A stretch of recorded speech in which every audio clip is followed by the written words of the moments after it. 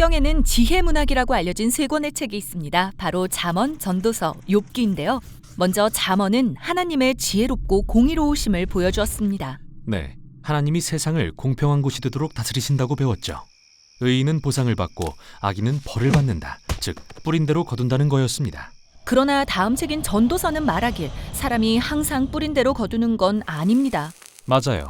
전도서는 세상이 언제나 공정한 건 아니며 삶은 예측할 수 없고 이해하기도 어렵다고 말해요. 마치 연기처럼요.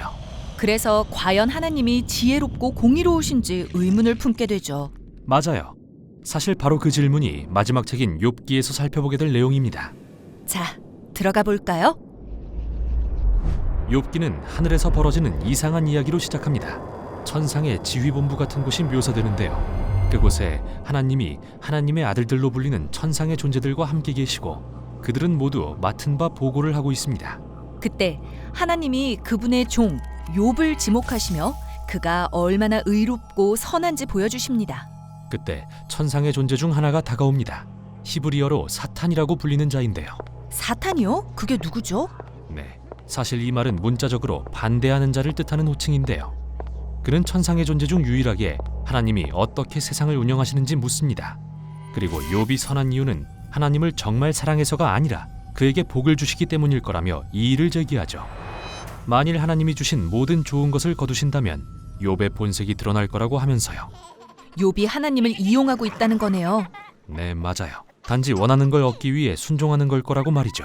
그러자 하나님은 이 시험에 동의하시고 사탄이 욥에게 고난을 가하는 걸 허락하십니다. 그래서 욥은 소중한 가족과 재산을 모두 잃습니다. 아무것도 안 남기고요. 기억해보세요. 그는 이런 일을 당할 이유가 없어요. 하나님도 그렇게 말씀하셨잖아요. 놀라운 것은 이 모든 고통 중에 욥이 여전히 하나님을 찬양한다는 겁니다. 적어도 1장과 2장에서는요.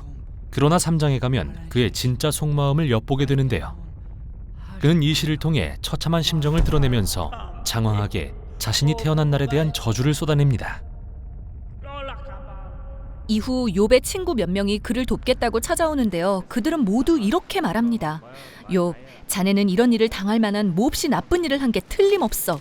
알다시피 하나님은 공의로우시고 그분은 공의와 공평으로 세상을 다스리시잖나. 그러니 자넨 마땅히 받을 벌을 받는 거네. 그리고 이어지는 34장은 친구들과 욥이 주고받는 대화가 밀도 있는 히브리 시로 구성되는데요. 친구들은 하나님이 그런 고통을 주신 이유를 계속 추측하면서 심지어 욥이 분명히 저질렀을 거라고 추정되는 죄들을 늘어놓기 시작합니다. 그러나 각 비난이 끝날 때마다 욥은 자신의 무죄를 변호합니다. 욥은 잘못이 없잖아요. 맞아요. 또한 그는 감정적으로 거친 혼란도 겪고 있죠. 어떤 때는 하나님이 지혜롭고 공의로우시다고 확신하다가도 또 다른 때는 하나님의 선하심을 의심합니다. 그는 심지어 하나님을 난폭하고 불공평하며 타락했다고 비난하기에 이릅니다. 그래서 대화가 끝날 때쯤 욥은 하나님께 직접 나타나셔서 설명을 해달라고 요구하는데 하나님이 그렇게 하시죠. 그분은 폭풍우의 모습으로 나타나십니다. 그런데 하나님은 욥에게 직답을 주지 않으세요. 사탄과 나눈 대화도 언급하지 않으시고요. 맞아요. 대신 아주 다른 일을 하세요. 하나님은 욥에게 가상의 우주 체험을 시키시는데요. 그분은 욥에게 세상이 얼마나 웅대한지 보여주시면서 네가 세상을 단 하루라도 운영할 수 있으며 헤아릴 수 있냐고 물으십니다. 또 세상이 얼마나 세밀하게 운영되는지 보여주십니다. 우리가 매일 볼지는 몰라도 실은 전혀 이해하지 못하는 것들 말이죠. 그러나 하나님은 이 모든 걸 속속들이 아십니다. 그분은 우리가 결코 볼 수 없는 장소에서 우리가 상상도 못한 방식으로 우주의 아름다움과 운행에 주목하고 계시죠. 그 후 마지막으로 하나님은 욥에게 두 가지 환상의 짐승을 보여주시며 그들이 얼마나 엄청난지 자랑하십니다. 네, 정말 위험하죠. 이 짐승들은 눈 깜짝할 사이에 우릴 죽일 수 있거든요. 그러나 하나님은 그들이 악하지 않으며 실은 그분의 선한 세상의 일부라고 말씀하세요. 그리고 여기까지가 하나님의 변론입니다. 뭔가 이상하죠? 대체 무슨 말씀을 하시려는 거였을까요?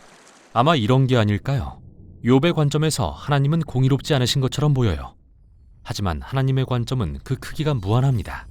그분은 이 복잡한 우주와 역동적으로 소통하시는 가운데 결정을 내리신다는 거예요.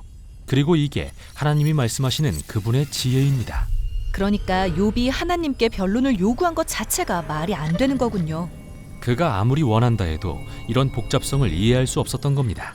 그래서 이제 어떻게 되나요? 그렇게 해서 욥은 겸손함으로 무릎 꿇습니다.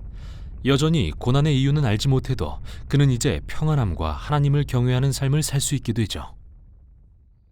그러나 책은 여기서 끝이 아닌데요.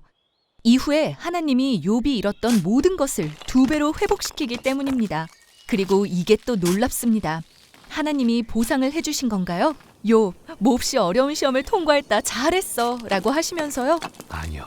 이 책 전체는 욥이 모든 소유를 잃은 게 벌이 아니었으니 되찾은 것도 보상이 아니란 것을 말하고 있습니다. 그럼 왜 되찾게 하시죠?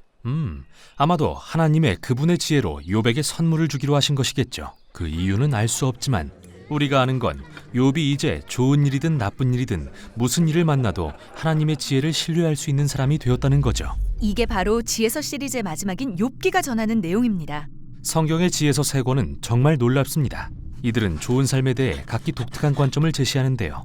지혜롭고 하나님을 경외하는 삶을 배우기 위해서는 반드시 세 관점을 함께 살펴보아야 합니다.